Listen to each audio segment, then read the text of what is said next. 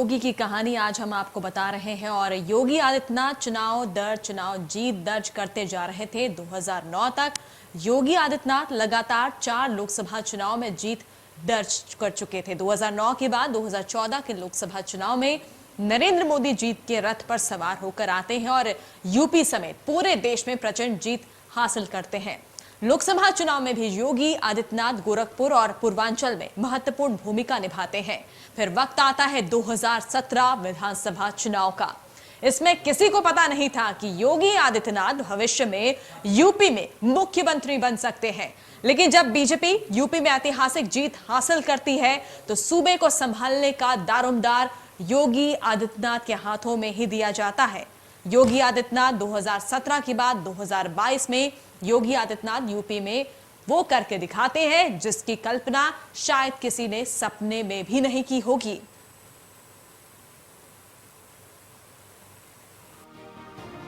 दो 2009 के लोकसभा चुनाव में योगी आदित्यनाथ ने जीत दर्ज की थी।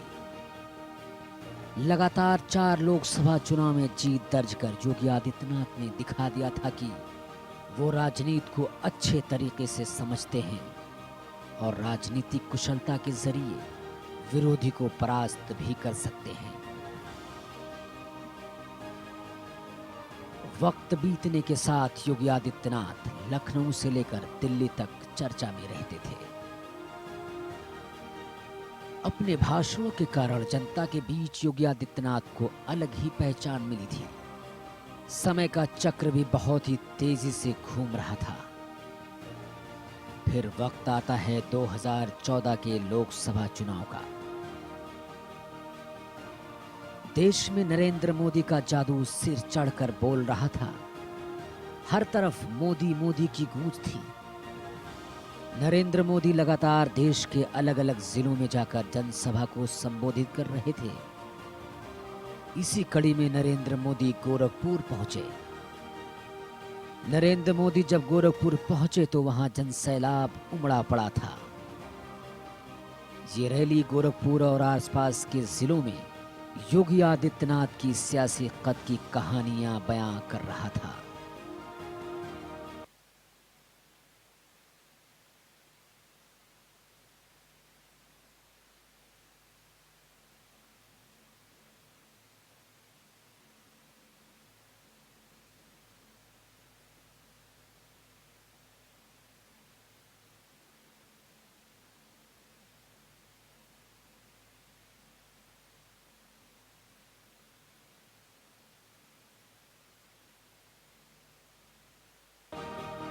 दो 2014 के लोकसभा चुनाव में बीजेपी ने यूपी समेत पूरे देश में प्रचंड जीत हासिल की। लेकिन इन सब के बीच योगी आदित्यनाथ को एक बड़ा नुकसान हुआ। उनके गुरु महंत वैद्यनाथ का निधन हो गया, जिनके आशीर्वाद से योगी आदित्यनाथ ने सन्यासी धर्म का पालन कर रहे थे। जिनकी छाया में योगी आदित्यनाथ ने सब कुछ सीखा था, वो गुरु ही दुनिया छोड़कर चले गए।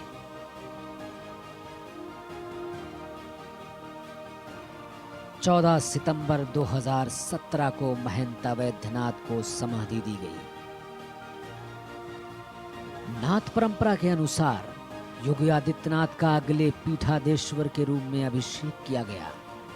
गोरक्षनाथ पीठ के पीठाधीश्वर बनने के बाद योगी आदित्यनाथ का कद और भी बढ़ गया था और उनका राजनीतिक कद भी लखनऊ से दिल्ली तक बढ़ गया था। 2014 में उन्होंने लगातार 5वीं बार लोकसभा चुनाव में जीत दर्ज की थी।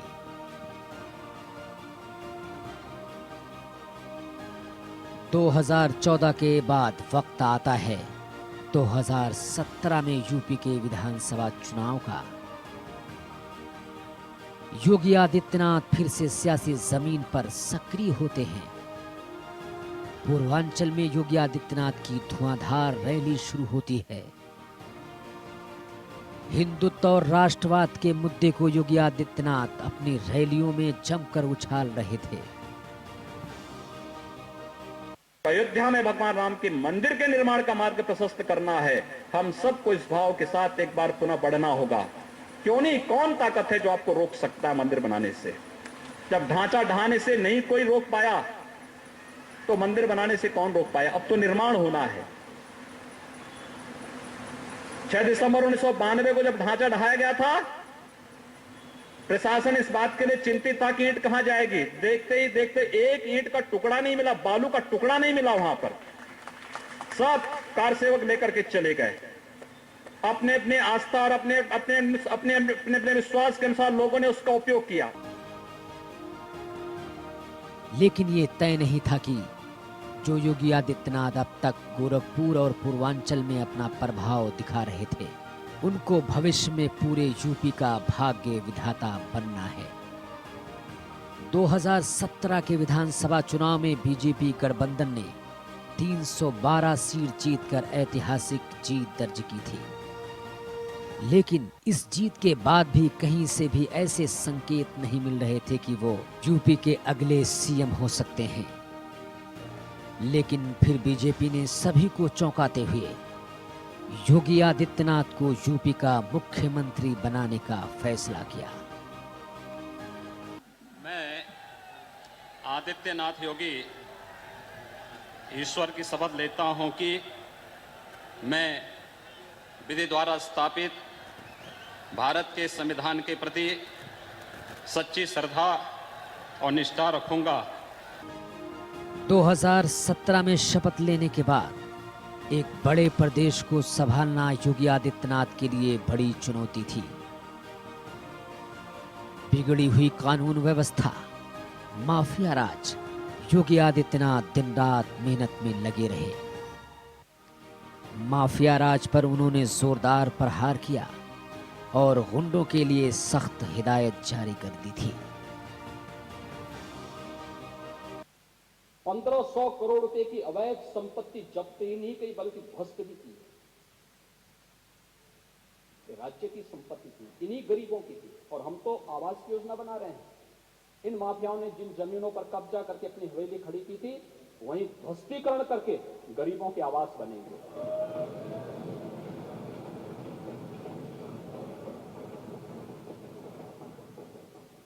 एक गरीब जाएगा वहां पे, एक गरीब रहेगा वहां पे, एक दलित रहेगा वहां पर। यह है सामाजिक न्याय। इन माफिया और अपराधियों को सिर में ढो करके हमारी सरकार नहीं चली है। इन माफियाओं को ढोने वाले लोग प्रदेश के पूरे परसेप्शन को खराब किया। पहचान का संकट आया था।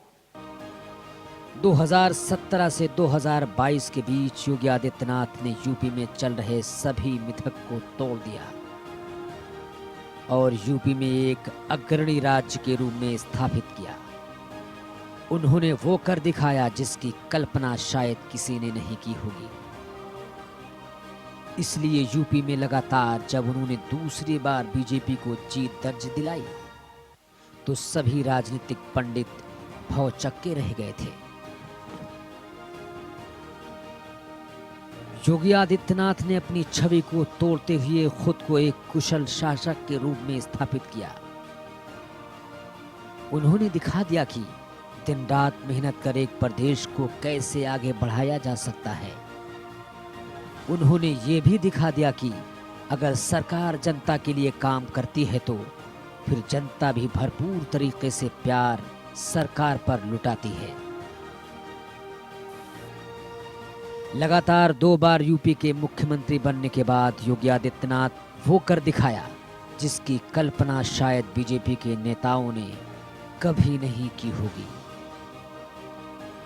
संवाददाता सुशील कुमार, भगवान सिंह और रजनीश पांडे के साथ इंडिया न्यूज, उत्तर प्रदेश, उत्तराखंड।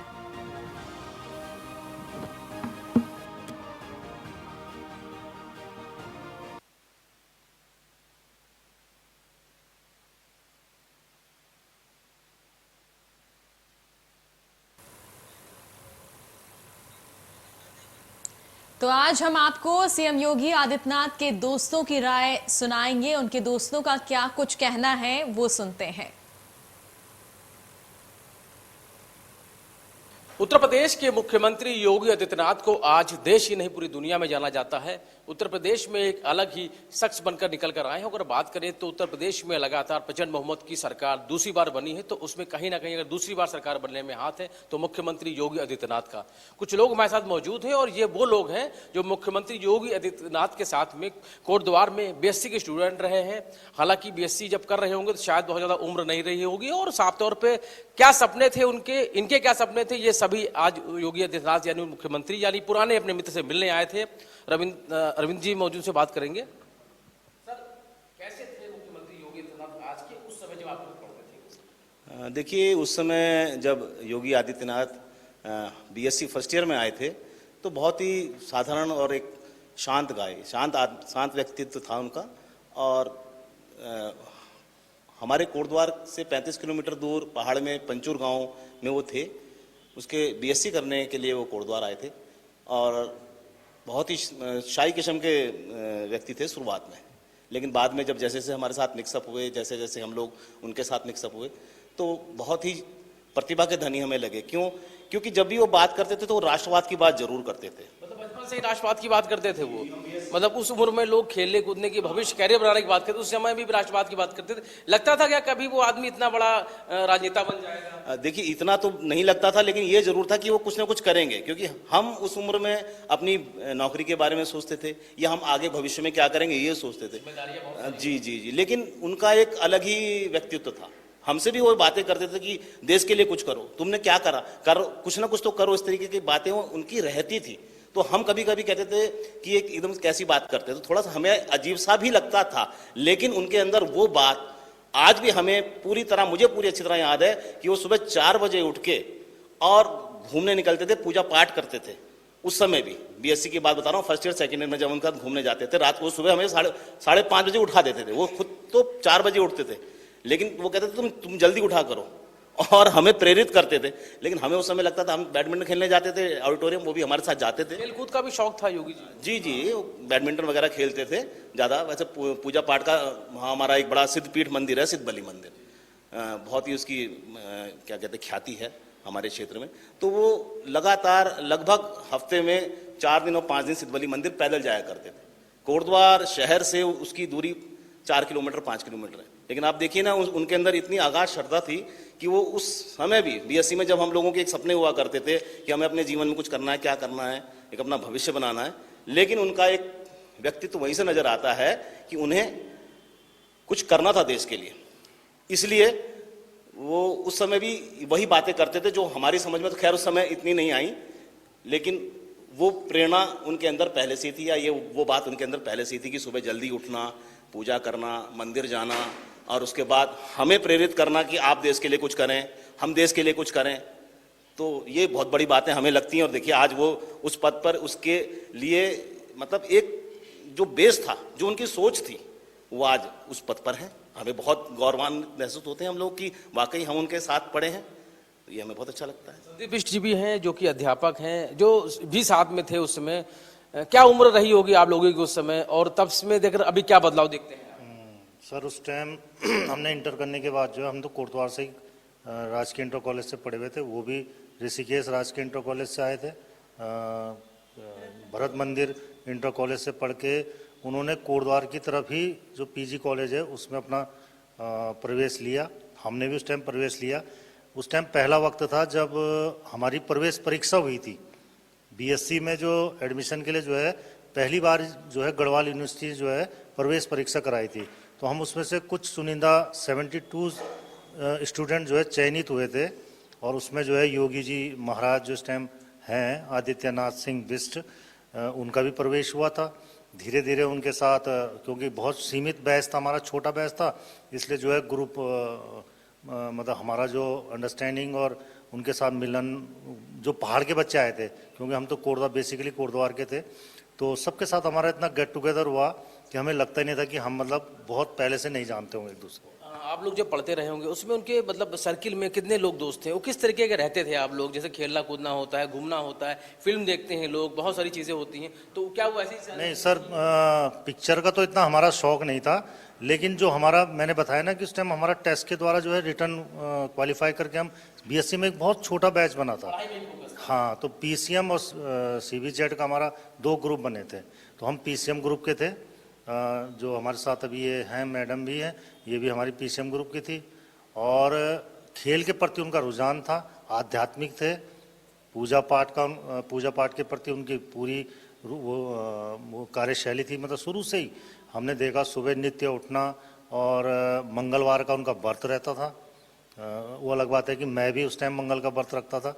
तो और हर ईयर जो हमारा एक पार्टी टूर जाता था उसको भी पूरा एंजॉय करते थे।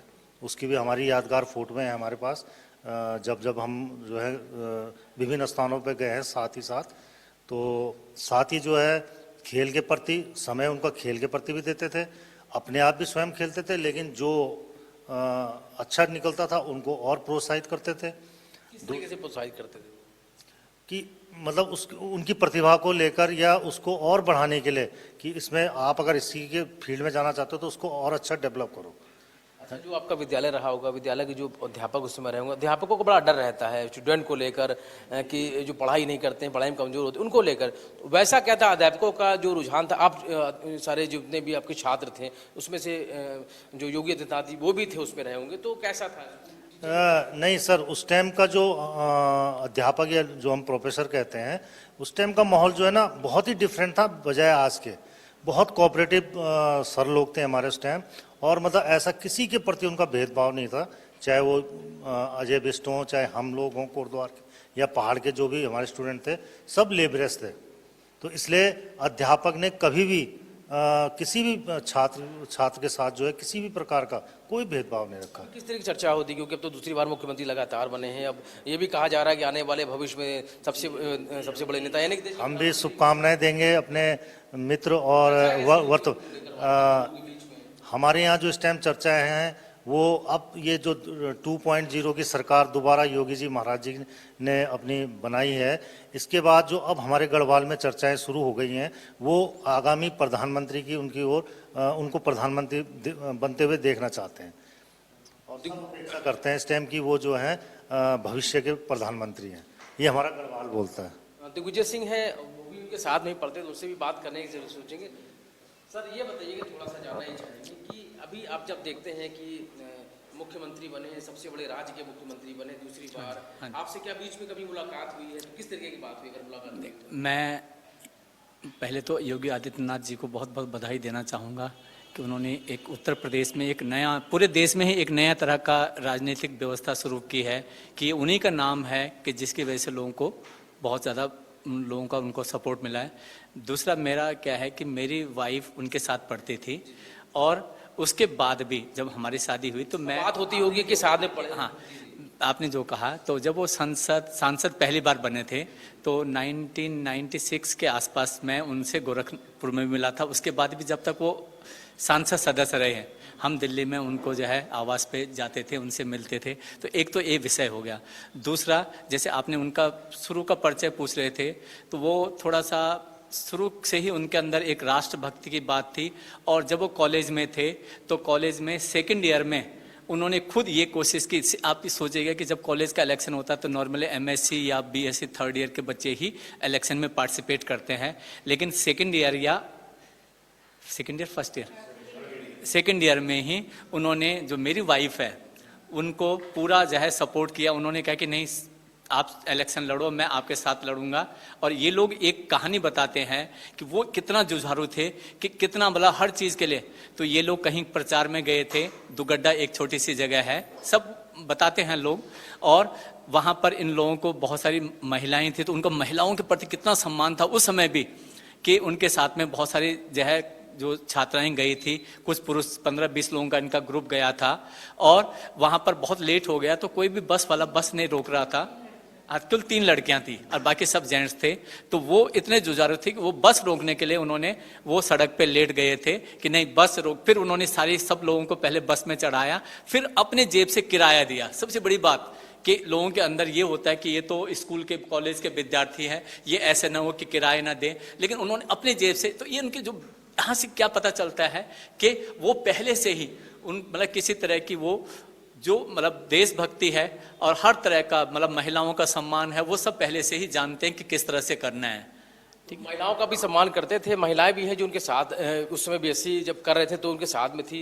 आप ये बताइए कि क्योंकि आप अभी महिलाएं आपके साथ में, होता क्या है कि जब स्टूडेंट लाइफ में उसके बाद जब आप अपने कैरियर को आगे बढ़ाते हैं या शादी हो जाती है तो फिर दूर हो जाते हैं, लेकिन आज के समय में आप लोग जुड़े हुए, ऐसा क्या था मतलब योगी आदित्यनाथ तब में और अब में क्या बदलाव देखते हैं जो आप अभी भी आज मतलब मिलने आए थे इतना दूर से? देखो उस टाइम भी जैसे था वो ये था कि हमारे साथ के इतने ऊंचे पद पे आ गए, तो उनको एक सम्मान देने के लिए हम यहाँ पे आए हैं। किस तरीके का मतलब जो बातचीत कभी होती रही होगी आपसे भी, कभी भी आप लोग जो पढ़ते रहे होंगे उस समय, तो नहीं लगता था कभी आप लोग याद है कि हमारे बीच हमारे साथ पढ़ते थे और आज इतने बड़े प्रदेश के मुखिया हैं? सर्वप्रथम मैं योगी आदित्यनाथ को बधाई देना चाहूँगी उत्तर प्रदेश का मुख्यमंत्री बनने के लिए। और दूसरा ये कि जैसे जहाँ तक मैं उनको रिकॉल करती हूँ, वो एक बहुत सीधे साधे और गंभीर प्रवृत्ति के इंसान थे। और जब मैंने जो है सेकेंड ईयर में बीएससी में जो है जॉइंट सेक्रेटरी का कॉलेज लेवल का चुनाव लड़ा था, तो उस समय भी उन्होंने मेरी काफ़ी मदद की थी। और वो स्वयं मेरे पास आए थे और उन्होंने मुझसे कहा था कि सरस्वती, काउंटिंग में जो है ना बहुत धांधलीबाजी होने वाली है। उस समय पेपर बैलेट हुआ करते थे, तो तुम्हारी काउंटिंग में अंदर मैं जाऊंगा। तो मैंने मुझे पता था कि लोगों के लिए खड़े रहते थे। बिल्कुल बिल्कुल, उन्होंने जो है ना, जैसे कि मैं मतलब सेकंड ईयर में ही थी, कोई बहुत मेरे को इतना एक्सपीरियंस नहीं था, तो उन्होंने मुझे पूरा तरीके से सब सपोर्ट किया था। और मेरी काउंटिंग में अंदर वो गए थे, और जो अंदर और भी लोग थे वो मुझे बताते थे कि उन्होंने जो है ना एक एक वोट के लिए वहाँ पे जो है ना पूरी बहस की थी। और फाइनली मैं जो है ना ओनली 21 वोट से जो है ना जीती थी, और शायद उसमें उनका बहुत बड़ा योगदान था। तो मतलब वो काफ़ी मतलब हर चीज़ को काफ़ी सीरियसली लेते थे। और बस मतलब हेल्प करना का तो उनका हमेशा से रहा है। तो उसके बाद जब हम मतलब शादी हो गई और फिर हम अपने अपने उसमें आ गए, तो हम उनसे मिलने जाया करते थे। और जहाँ तक जब भी मतलब हमें उनको हमें उनकी जब भी ज़रूरत पड़ी है, तो उन्होंने हमेशा हमारी मदद की है। और इसी उससे जो है ना हम उनसे जो है ना इस बार मिलने आए हैं, और हम उन्हें बहुत बहुत बधाई देते हैं। और वो बहुत अच्छा कार्य कर रहे हैं। बधाई तो देने बहुत सारे लोग आ रहे हैं, उत्तर प्रदेश पूरा बधाई दे रहा है, देश के बड़े बड़े नेता बधाई दे रहे हैं, लेकिन ये वो लोग हैं जो उनके साथ पढ़ा करते थे और आज बधाई देने हैं। सर क्या कुछ कहना चाहेंगे? आज आप लोगों की मुलाकात तो नहीं हो पाई, लेकिन फिर भी कुछ बातचीत हो पाई हो। सबसे पहले तो मैं आदरणीय मोदी जी को और योगी जी को, दोनों की टीम को बधाई देता हूँ कि आपके दोनों के नेतृत्व में उत्तर प्रदेश में प्रचंड बहुमत की सरकार बनी है भारतीय जनता पार्टी की। मैं उसकी बधाई प्रेषित कर रहा हूँ, क्योंकि मैं स्वयं भी भारतीय जनता पार्टी का कार्यकर्ता हूं और वर्तमान में ऋषिकेश विधानसभा का मैं सह संयोजक रहा हूं। वहाँ भी हम चुनाव जीत के आए और प्रचार के दौरान हम यहाँ भी थे। तो योगी जी के संदर्भ में अभी तक वैसे सभी लोगों ने बड़ी बातें कर दी हैं। पिछली बार 3-4 बार मेरा उनसे मिलना हुआ है, क्योंकि मेरी धर्मपत्नी उनके साथ सहपाठी थी। मैं एक वाकया छोटा सा बताना चाहूँगा। जब वो सांसद थे, दिल्ली में उनके निवास में हम लोग मिलने गए और करीबन आधा पौन घंटा हम लोग बैठे, चाय पी, चर्चा हुई, चुनावी चर्चा हुई। लेकिन जब हम जाने लगे तो योगी जी ने हमें कहा 2 मिनट रुको। अब जो हमारे यहाँ पहाड़ में संस्कृति होती है, जब कोई भी बच्चा घर में आता है तो उसको हम लोग टीका लगाते हैं। योगी जी ने उस संस्कृति को बचाए रखा, उसको परंपरा का ध्यान रखा, और मेरा बेटा और मेरी बेटी दोनों हमारे साथ में थे, दोनों को टीका किया और 1000 रुपये के दोनों को टीका लगाया। मैं समझता हूँ किसी भी राजनीतिक व्यक्ति के लिए बहुत बड़ी बात है।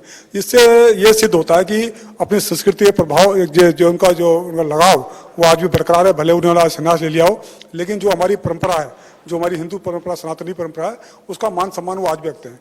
और जहाँ तक सरकार के बारे में, और अभी आपने एक सवाल पूछा था कि क्या आप उन्हें प्रधानमंत्री रूप में दे जाते हैं, मैं समझता हूँ कि आज पूरे हिंदुस्तान में, हिंदुस्तानी बल्कि मैं विश्व में कहूँगा, मोदी जी के बाद अगर सबसे ज़्यादा कोई व्यक्तित्व है जिसको लोग पसंद कर रहे हैं, तो आदरणीय योगी जी का है। तो निश्चित रूप से जो भी सनातनी होगा, जो भारतीयता को मानता होगा, वो निश्चित रूप से आप उनको प्रधानमंत्री रूप में देखना चाहता है।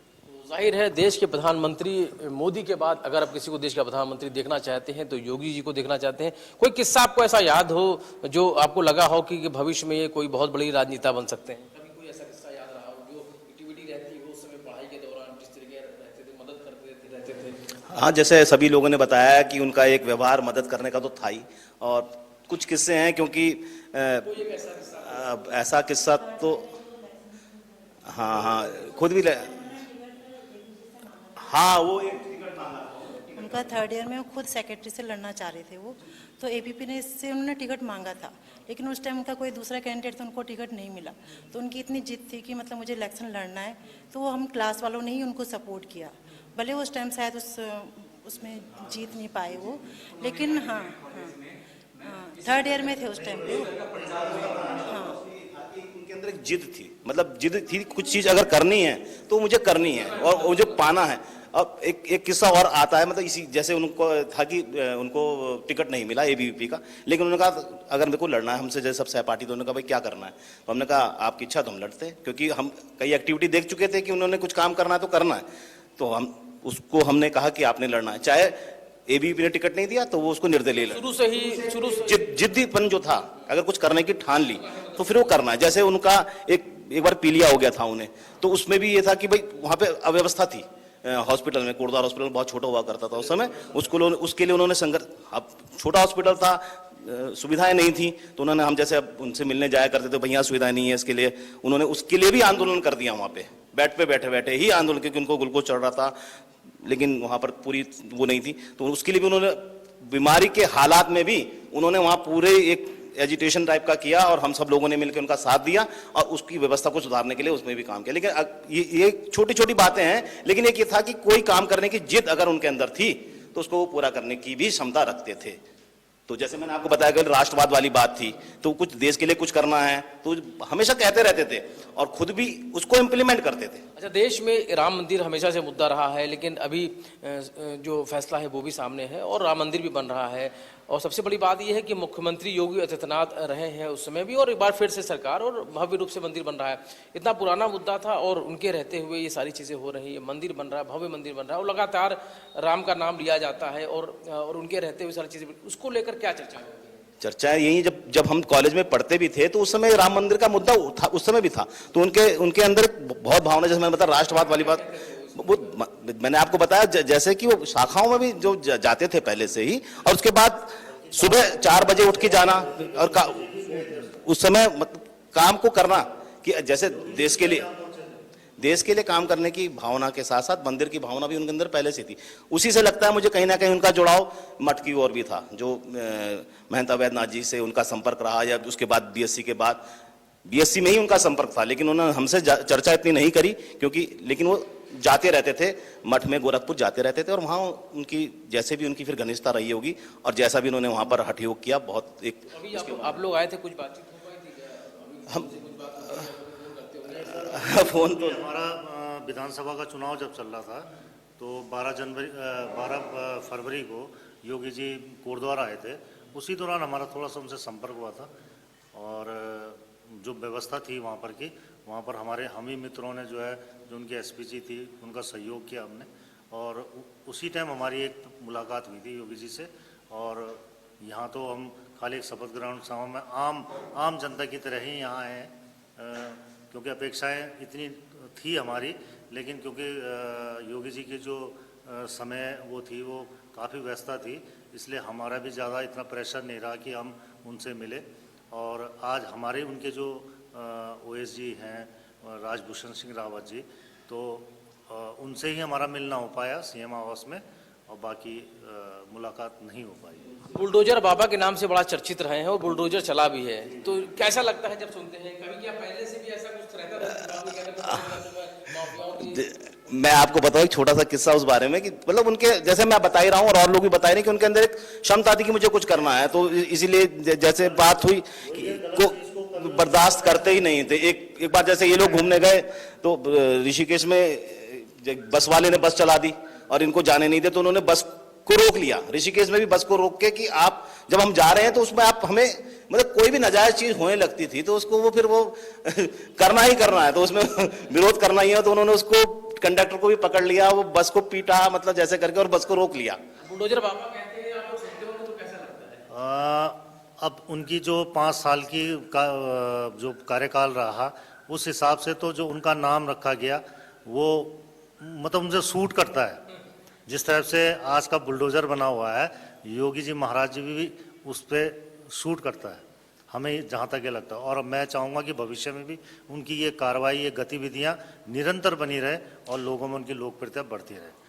ये सारे वो लोग थे जो उनके साथ बीएससी करते थे और आज भी याद करते हैं उस दिन को, किस समय किस तरीके से जिद करते थे और किसी भी अगर गलत चीज़ होती थी, कोई अपराध होता था, उसका विरोध करते थे और आज भी कुछ वैसे ही आगे काम भी कर रहे हैं और उत्तर प्रदेश को आगे भी ले जाने का सपना लेकर काम कर रहे हैं। शिवम के साथ रवि कुमार, इंडिया न्यूज़ लखनऊ।